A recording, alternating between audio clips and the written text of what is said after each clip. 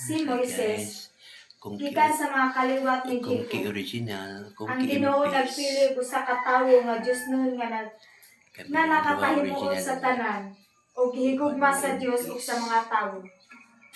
Kining tawhana mao si Moises ug ang iyang handumanan usa ka panalangin.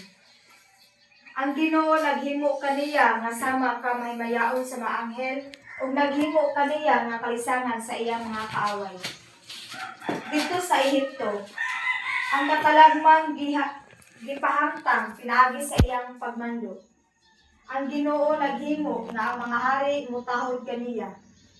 Ang Ginoo naghatag kaniya sa iyang mga sugo alang sa iyang katawan ug nagpakita kaniya sa masulaw nga kahayag sa iyang presensya.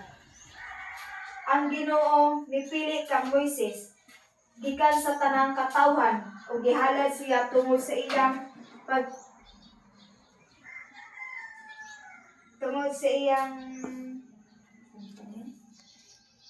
sa iyang pagkamaunungon o pagkamapaubsanon.